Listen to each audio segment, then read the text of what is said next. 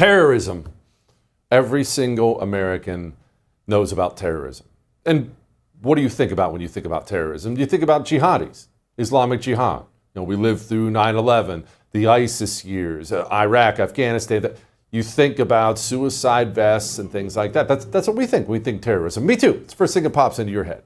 But let's get down to the nitty-gritty of it, because we have an entirely different kind of terrorism going on right now, and it's going to continue going on. Terrorism is simply, as the name suggests, the use of terror to pursue political goals or religious goals. There are people all over the planet who don't have a respect for human life. And once you strip that away from somebody, once a human being, any human being, once they stop being someone created by God, it's a sacred soul, it's a human being. Once they're not that, then why wouldn't you hurt them?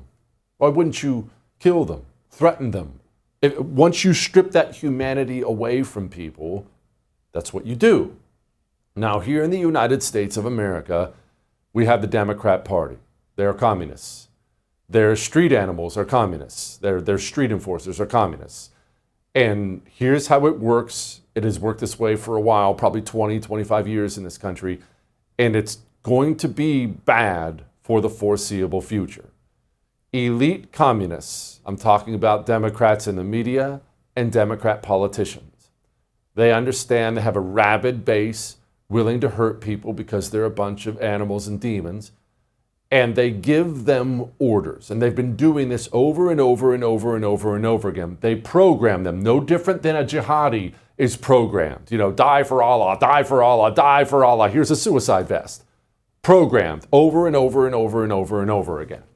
Well, Democrats, they've been calling you Nazi, Gestapo, white supremacists over and over and over and over and over again for 10 years. And we roll our eyes and we say that's not true. And we say I'm not racist. And we say I'm not Hitler. And we tell them it's ridiculous. But they're not saying that for your sake. They're not talking to you when they call you a Nazi. They're talking to the demons that make up the Democrat base. Your liberal Aunt Peggy, she thinks you're a Nazi. She thinks Donald Trump is a Nazi, a Russian agent. But beyond her, right, that's the basic Democrat. That's the normal Democrat. If you keep going down and down and down, how many are pilled out of their minds? Remember the polls we've cited over and over again about how pilled out and have already been told they have mental health issues Democrats are? Now let's go to the internet, where terrorist cells meet, not just jihadi terrorist cells, where these communist terrorist cells meet, they communicate with each other. They talk about killing people. I want him to die. We should kill him. Should we kill him? I think I'll kill him, over and over and over again. And this has been happening for years. These people have been programmed to believe they're fighting against Nazis. And Democrats give them orders, and they interpret those things as orders because that's what they are, and they march out and they hurt people. I'm going to play something for you, something we played for you many times before on this show, but I want you to listen very, very closely. Jaya Powell is a congresswoman from Washington State. She's a committed communist, fairly open about it. But she lays out, quite frankly, what the plan is. And you'll notice, she's going to say strike ready and street ready, and you've heard these terms. That's not the most important part of what she's about to say. She talks about risk tolerance. We have to figure out what our risk tolerance is. And as things get more dire, then we have to have more risk tolerance. What's she saying? Hey, I know maybe you don't want to get arrested. I know maybe you're hesitant to hurt someone or kill someone, but we're fighting against Nazis now. We don't have time for any more hesitation. You may have heard this interview and dismissed it. You may have heard it and thought it was nothing. But that communist animal on the internet, he heard this and he heard marching orders. We might call this getting strike ready. I think of it as getting us strike ready or street ready.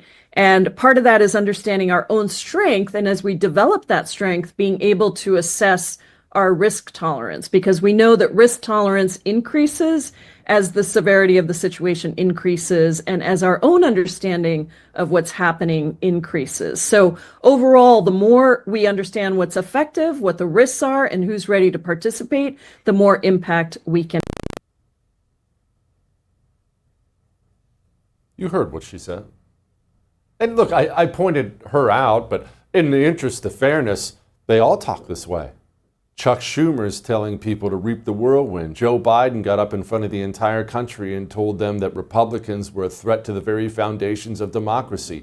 Every single talking head on CNN, MSNBC, New York Times, Washington Post, 10 years of calling you Nazi, Nazi, Nazi. What has happened is it has created terror cells in this country, no different than jihadi terror cells.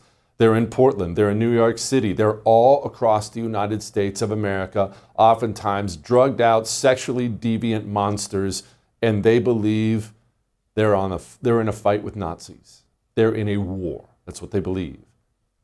And they've already killed, and they're going to kill again. And I'm sorry, I know that's very hard to hear, but they're going to keep killing people. We can win this fight, but we better understand that's what we're dealing with and why we're dealing with it. And by the way, before we go to Jerry Dunleavy, just know they're not sorry. I'm talking about elected Democrats. They know what their rhetoric does. They're not going to tone it down because they want this to happen. All that may have made you uncomfortable, but I'm right. I would thank you for coming to my YouTube channel, but I know how brilliant it is, and I know you love it here. So subscribe and watch. We're going to start really ramping things up and putting some funny stuff, some interesting stuff out there, some collaborations. Either way, my YouTube channel is officially the place to be. So stick around.